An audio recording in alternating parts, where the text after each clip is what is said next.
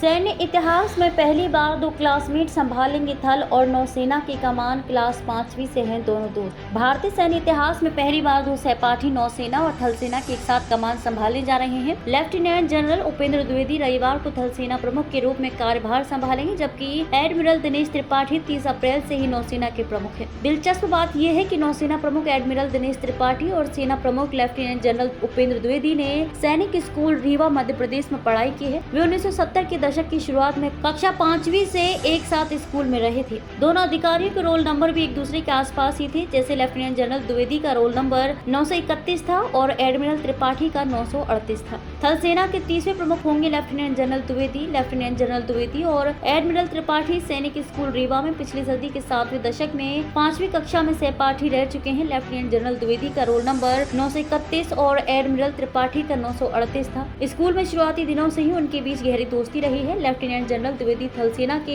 30वें प्रमुख होंगे। वे जनरल मनोज पांडे का स्थान लेंगे, जो 26 महीने के कार्यकाल के बाद रविवार को सेवानिवृत्त हो रहे हैं। चीन पाकिस्तान की सीमाओं को भली भांति जानते हैं lieutenant general Dwivedi. Lieutenant general Dwivedi ऐसे समय में थल सेना प्रमुख पदभार संभाल रहे हैं जब सेना संरचनात्मक सुधारों के साथ आधुनिकीकरण के दौर से गुजर रही है। लेफ्टिनेंट जनरल द्विवेदी का उत्तरी सेना के कमांडर के रूप में लंबा कार्यकाल रहा है। उनके पास चीन और पाकिस्तान से लगती सीमाओं पर ऑपरेशंस का व्यापक अनुभव है। 1984 में जम्मू एंड कश्मीर राइफल्स में शामिल हुए थे लेफ्टिनेंट जनरल द्विवेदी। उल्लेखनीय है कि तीनों सेनाओं के प्रमुख 62 वर्ष की आयु तक या 3 वर्ष के लिए अपने पद पर रह सकते हैं। 1 जुलाई 1964 को जन्मे लेफ्टिनेंट जनरल द्विवेदी 15 दिसंबर 1984 को सेना की जम्मू एंड कश्मीर राइफल्स में शामिल हुए थे। लगभग 40 वर्षों की अपनी लंबी एवं विशिष्ट सेवा के दौरान उन्होंने पदों पर कार्य किया है। इसमें रेजिडेंट की कमान 18 Jammu and Kashmir rifles brigade, sector 26 Assam rifles की डीआईजी ईस्ट कोर, 9वीं कोर एवं उत्तरी कमान के प्रमुख 2022-2024 शामिल हैं। वह इन्फेंट्री के महानिदेशक भी रहे हैं। उन्हें परम विशिष्ट सेवा पदक, अति विशिष्ट सेवा पदक और